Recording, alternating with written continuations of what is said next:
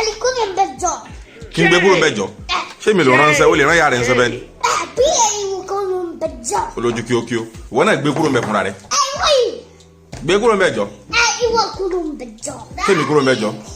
Àwọn àlè ìyá rẹ̀ ni ó kúrò ń bẹ̀ jọ. Olójú kíókíó. Ikú sí ó dàbí. Ìwọ náà kíókíó.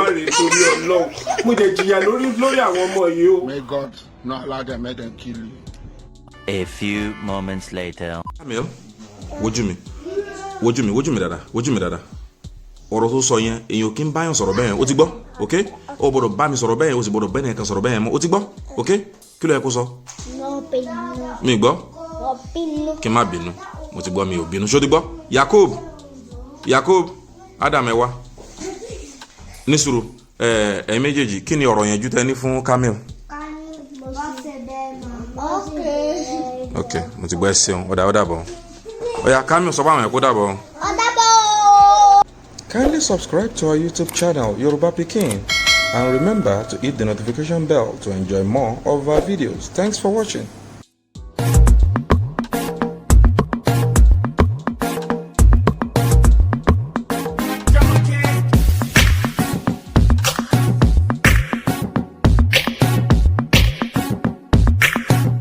Ọmọ Yorùbá lèmi o.